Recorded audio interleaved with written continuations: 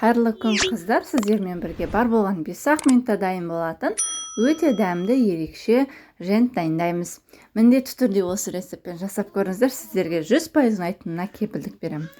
Ең алдымен бізге талқан қажет болады, қантымыз, ерітілген сары май, қойылтылған сүт, яғни сгущенка, қалаларыңызша мейіз, жаңғақ және мед қолдансаңыздар болады.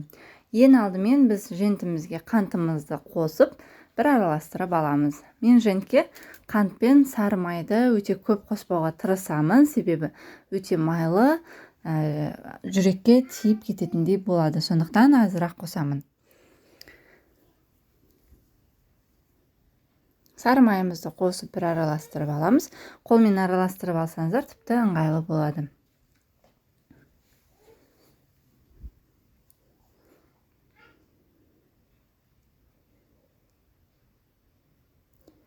Міне бізде осындай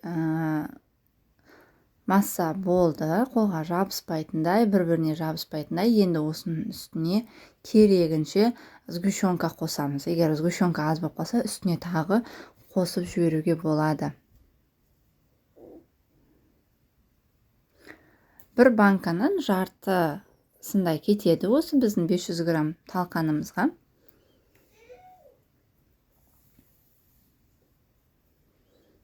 Міне қолымызға жабыспай тұр. Демек мен үстіне тағы да кішкене сгущенка қосып жіберемін. Осылай қолыңыздың көмегімен немесе арнайы формаға салып жасай бересіздер.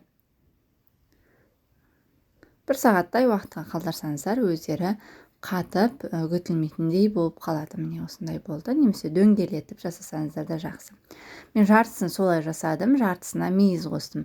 Осы жерде қалауларыңызша грек жаңғағын және кішкене мед қосып жіберсеңіздер де дәмі ерекше болып шығады. Мен мейіз қосып осылайынан жасадым. Өте дәмді болып шығады.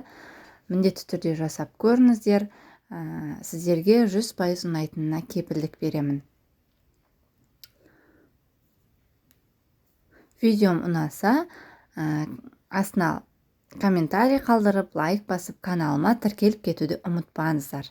Сіздермен бірге болған Назым, астарыңыз дәмді болсын.